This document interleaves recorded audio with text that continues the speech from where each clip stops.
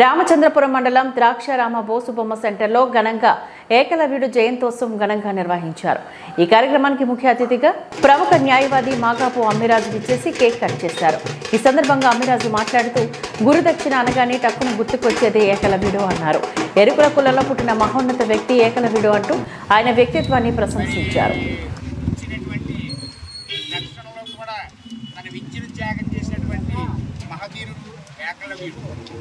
మరి ఈ రోజున ఆ ఏకలవ్యుడు మరి మన మూల పురుషులు అవ్వడం కూడా మనకు చాలా ఆశ్చర్యకరం. మన ఎరుకులకు అందరికీ కూడా శుభాకాంక్షలతో మరి లోకం మొత్తం మీద గురు శిష్యుని యొక్క గురుదక్షిణ పేరు చెప్పగానే ఈనాటికి అన్ని వర్గాలకి గుర్తుండిపోయేది మరి ఏకలవ్యుడు అన్నది చరిత్రలో ప్రతి ఒక్కరికి తెలుసున్నదే.